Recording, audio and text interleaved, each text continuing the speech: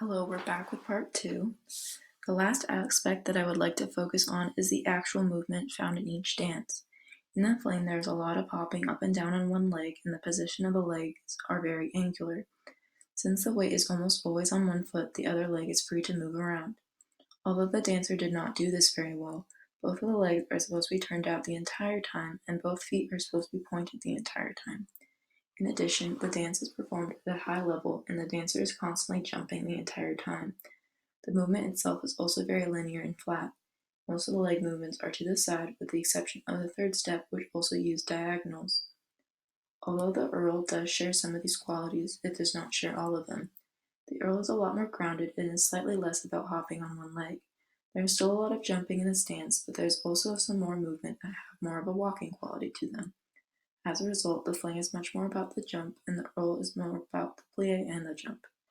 It's also slightly less linear than the fling, but we do see that there are still a lot of movements done to the side. The movement in the Earl is also less sharp. Although there are moments of sharpness, especially when the dancer seems to carry her leg out to the side, there is not as many of those moments as there are in the fling. According to Highland Rebel, the Earl used to be done in hard shoes. I was actually able to find a video of this, so I will show that to you now.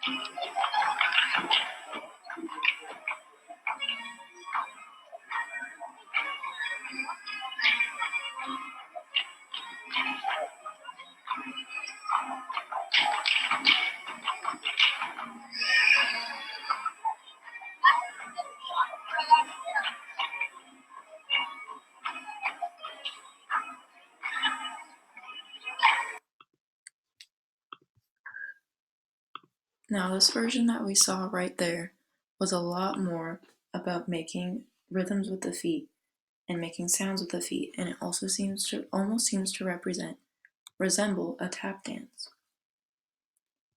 Now, one of the individuals who posted this video on Facebook also made the comment that she wants her dancers to have the same rhythm when they do the Earl, indicating that it's a lot more rhythmic than the fling.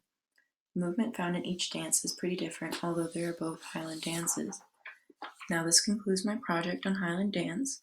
I hope that you were able to learn a lot from this screencast and now have a greater appreciation for the art form. I must say that there are plenty of other Highland dances out there, and I hope that I've inspired you to learn more about these other dances as well. As you can see, I've provided links to a couple more of these dances, and I hope that you will enjoy these as well. Also, here is my works cited. I have a couple slides for this. The first slide has to do with most of the where I got most of my information. So here's these slides, this slide. I also have this slide, which is all the videos that you saw in this screencast. And then here are also all the images that you saw in this screencast. I already included the citations in the slides themselves, but here they are again. And then here are the links to the music that I used when I did my videos. And yeah, that's it. Thank you for listening.